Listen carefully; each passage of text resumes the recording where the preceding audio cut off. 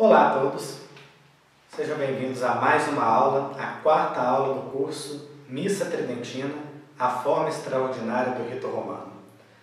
Em primeiro lugar, agradeço a vocês por acompanharem, por terem se inscrito no canal. Em primeiro lugar, agradeço a vocês por terem se inscrito no canal, por estarem acompanhando o curso. Divulgue o curso a outras pessoas que você acha que possam se interessar pelo tema, ou que não conheça ainda sobre a Missa Tridentina, que talvez deseje conhecer um pouco mais. Divulgue se você gosta do nosso trabalho. Muito bem, nessa quarta aula hoje eu já vou entrar em alguns documentos importantes a respeito do que diz da forma extraordinária do rito romano. O primeiro documento que eu vou trabalhar aqui hoje é a bula Quo Primo Tempore do Papa São Pio V, que diz especificamente desse rito que está sendo introduzido aqui agora.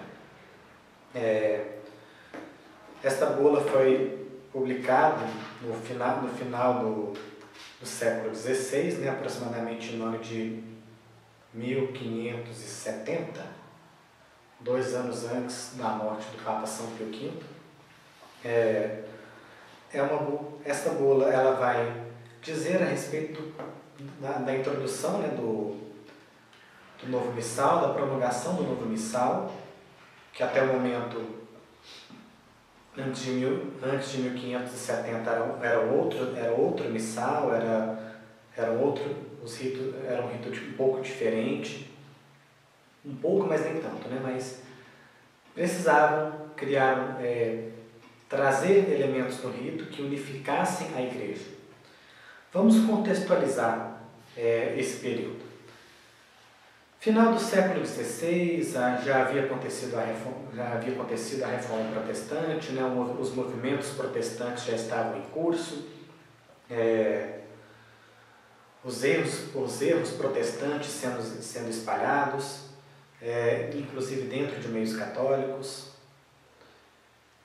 Então, houve nesse período também o Concílio de Trento, onde muitas verdades da fé católica foram reafirmadas, algumas heresias condenadas, e coube ao Papa São Pio V publicar a Liturgia das Horas, o Breviário, um novo missal e a Suma Teológica de São Tomás. Eu estou tratando aqui agora da bula com base nesse livro aqui.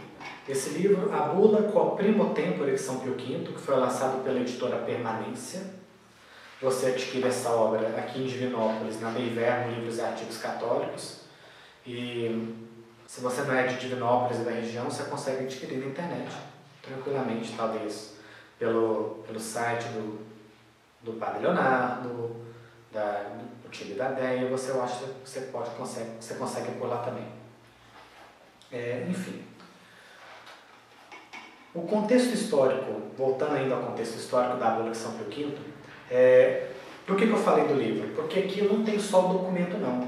Aqui tem alguns textos a respeito do documento, inclusive um texto escrito pelo padre Raymond Dulac a respeito do alcance jurídico da bula. Então, se você deseja conhecer um pouco mais a respeito até mesmo da legalidade da Missa Tridentina, eu recomendo a aquisição dessa obra. Porque o documento em si, a Quo Primo Tempore, você tem acesso lá no site do Vaticano. Não dá nem 2 páginas o documento, que ele é muito curto, mas tem um complemento aqui muito interessante que nos ajuda a compreender um pouco mais a importância deste documento aqui.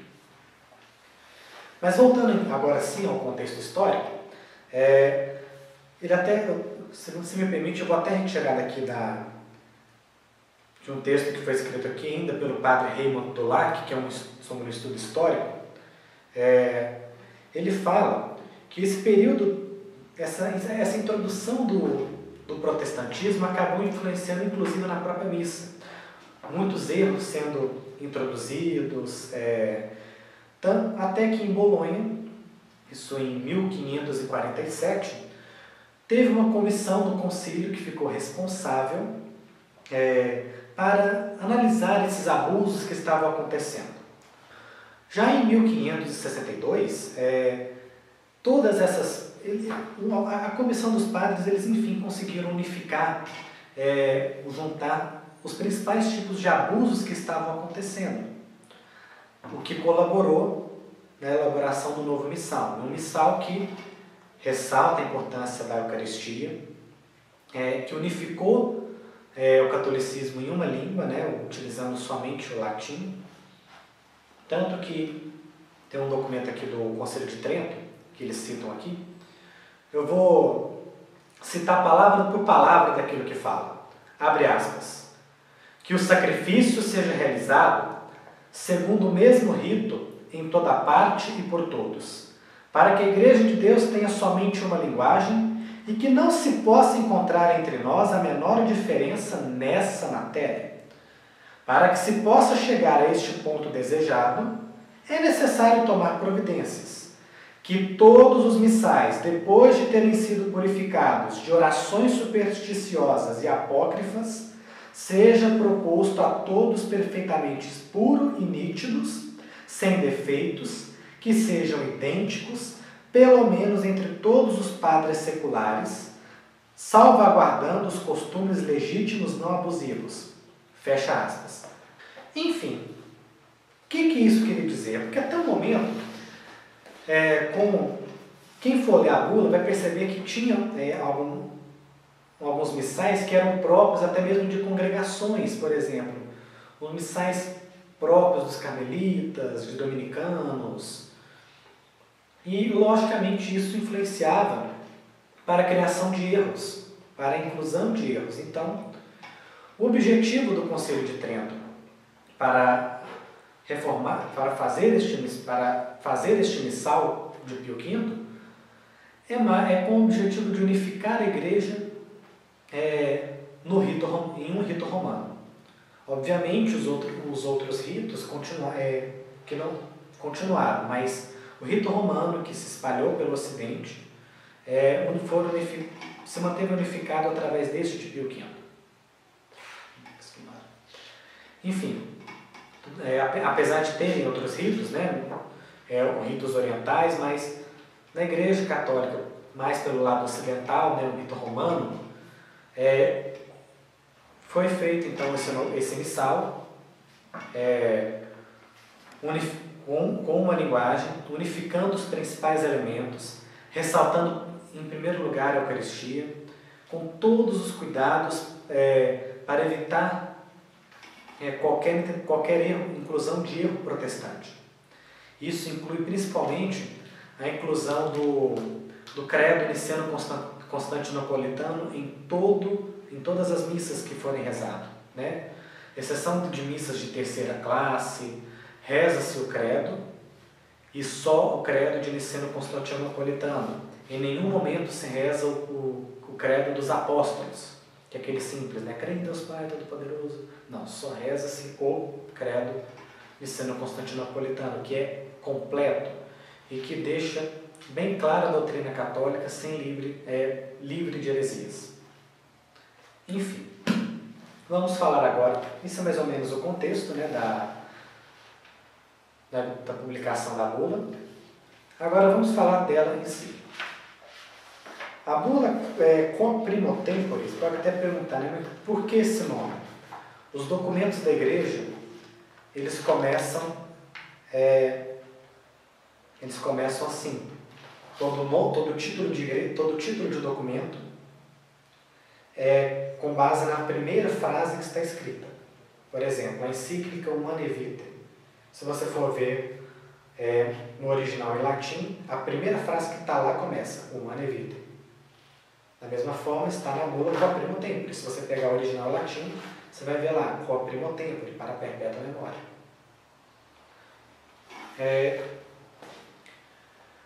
Aqui no terceiro parágrafo, o Pio V ele agradece a Deus, após a publicação do catecismo. Outra coisa que eu esqueci, que eu falei lá, que eu tinha falado que o Papa Pio V publicou o breviário, o missal, a Suma Teológica e também o catecismo, o catecismo do Concílio de Trento, que você hoje consegue também adquirir, não me lembro agora o nome da editora. Foi publicado agora, então você também tem acesso ao Catecismo de São Pio V, né, o Catecismo de Trento. Ele agradece a Deus pela publicação desses documentos, né, do Catecismo, o Breviário, e agora apresenta o novo missal. E um ponto interessante desse documento está no parágrafo 8, abre aspas. Além disso, em virtude de nossa autoridade apostólica, pelo teor da presente bula, concedemos e damos o indulto seguinte, que doravante, para cantar ou rezar a missa em qualquer igreja, se possa, sem restrição, seguir este missal com permissão e poder de usá-lo livre e licitamente, sem nenhum escrúpulo de consciência, sem que se possa incorrer em nenhuma pena, sentença e censura, e isto para sempre. Ou seja, as interpretações dadas ao que diz Pio V é bem claro, de que o indulto concedido ele é perene, ou seja, a missa é publicada pelo missal de Pio V, pode ser rezada e deve ser rezada por toda a eternidade. Mas um Papa não pode revogar? Segundo o padre Reinhold Dulac, aí eu vou utilizar dele, né? Não vou nem afirmar isso que é uma opinião da igreja, vou afirmar isso através do que escreveu o padre Reinhold Dulac. Aqui no capítulo 6, no parágrafo 1, ainda do texto do padre Reinhold Dulac, ele fala o seguinte, abre aspas, se um Papa tem o poder de desligar pelo mesmo poder que tinha permitido seu predecessor de ligar, ele não deverá usar dessa faculdade senão por razões gravíssimas, as mesmas que teriam decidido seu predecessor a voltar ele mesmo sobre suas próprias ordens. Fecha aspas. Ou seja, temos que entender o seguinte, foi concedido ao Papa, né, desde Pedro, tudo que ligar na terra será ligado no céu, e tudo que desligar na terra será desligado no céu. Óbvio, isso não se refere quando falamos de dogmas, né? Ou seja, aquilo que são verdades insolúveis. Agora, um exemplo interessante disso seria através do rito da missa. Se o Papa Pio V, ele colocou que na bula, este missal terá duração perene, ou seja, para sempre,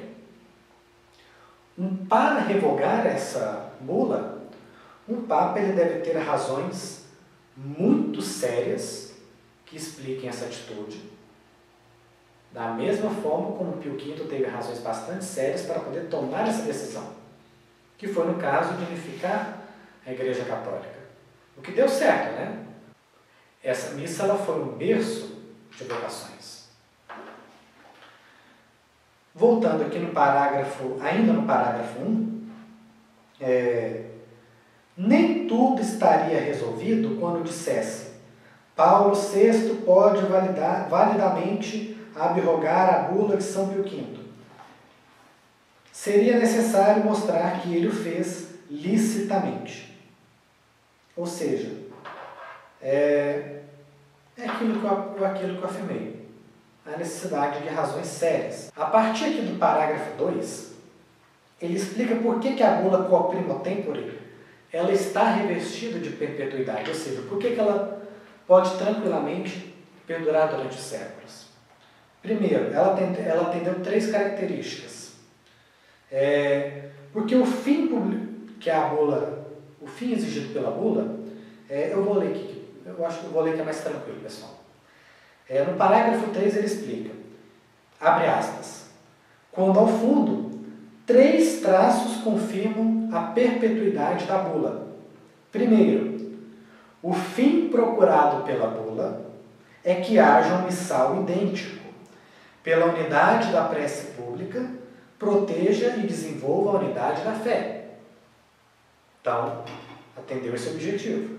Segundo, o método de seu estabelecimento, nenhuma fabricação artificial entre uma quantidade de outras imagináveis, nenhuma reforma radical, mas a restauração de um missal romano primitivo, a pura restituição de um passado experimentado.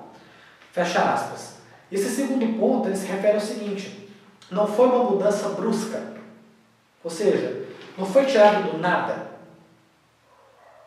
Mas esse missal nasceu através de missais antigos, coletando dados, pontos interessantes, pontos mais cruciais que fazem com que esse missal seja tão rico quanto nós conhecemos. Então, não foi algo que surgiu do nada, não foi uma restauração radical, pelo contrário, foi algo construído com o tempo. É por isso que alguns costumam chamar essa missa de missa de sempre, embora o termo seja um pouco enganoso, né? Porque, afinal de contas, essa missa aqui, de Pio V, ela tem só não tem 500 séculos de duração. Mas, quando falam isso de sempre, é porque pensam nisso, é porque não foi um missal que surgiu do nada, é um missal que veio coletado de outros missais, e que, obviamente, foi retirado o melhor dos missais antigos até chegar no que temos hoje. No caso desse aqui, né? Falando do missal da forma extraordinária. Terceiro ponto, abre aspas. Os autores, no caso é um papa, agindo com toda a força expressa de sua autoridade apostólica, em conformidade exata com o voto igualmente expresso por um concílio ecumênico, em conformidade com a tradição ininterrupta da Igreja Romana, para as partes principais do missal, em conformidade com a Igreja Universal. Todas essas características, fecha aspas agora, né? Todas essas características, ela reúne juntas, ela garante que nenhum Papa poderá abrogar esta bula. Ou seja, que ela atende todas as características necessárias para que ela se apresente, para que ela tenha o seu caráter perpétuo, para durar para sempre. Tanto que, quando o Papa Paulo VI publicou o seu novo missal, em nenhum momento você vai achar um documento do Conselho Vaticano II ou do Papa Paulo VI que proíba esse missal. Porque juridicamente isso é mais complicado. Não vou entrar em detalhes porque eu não sou especialista em direito canônico. Mas, e nem sou eu que estou dizendo isso, quem está dizendo aqui, estou levando com base as palavras do padre Raymond Dulac. Se você conhece a respeito de código de direito canônico, como funcionam essas questões legítimas, se você já leu esse artigo, concorda ou discorda naquilo que ele fala, comente aqui abaixo, publique, será uma acréscimo interessante. Enfim, é uma bula pequena, curta, né, de 2 páginas em si, mas muito pode ser retirado dela, que garante, então, a publicação da missa de São Pio V, né, do rito, que hoje conhecemos como forma extraordinária, mas que até 1970 era a forma ordinária em todo o mundo, do missal de São Pio V. Outro detalhe antes que eu me esqueça. Muitos podem falar, mas Pio V falou que não deve fazer alterações. Não vamos levar ao pé da letra, né, pessoal? Alterações no ordinário, né, naquelas partes fixas da missa. E realmente não sofreu alterações. A única alteração que sofreu foi a inclusão de mais santos no calendário, né, santos mais recentes. Eram as únicas alterações que eram feitas, aquisição, e no máximo, e a única que foi feita mais também foi a modificação do Tríduo Pascal pelo Papa Pio XII, que uma modificação dos ritos foi uma das poucas que aconteceu, mas no ordinário mesmo da missa, continua intocável. Mas enfim, após 400 anos da publicação da bula, veio o Conselho Vaticano II, a publicação de um novo missal. E agora? Como fica a missa tridentina? Foi proibida? O que garante que a perpetuidade deste rito fique firme, conforme propôs o Papa Pio V? Quais documentos nós temos hoje que nos assegura a legitimidade de participar da missa tridentina? Acompanhe a próxima aula, que vamos falar do documento Ecclesia Dei e da Comissão Ecclesia Dei, criada pelo Papa São João Paulo II.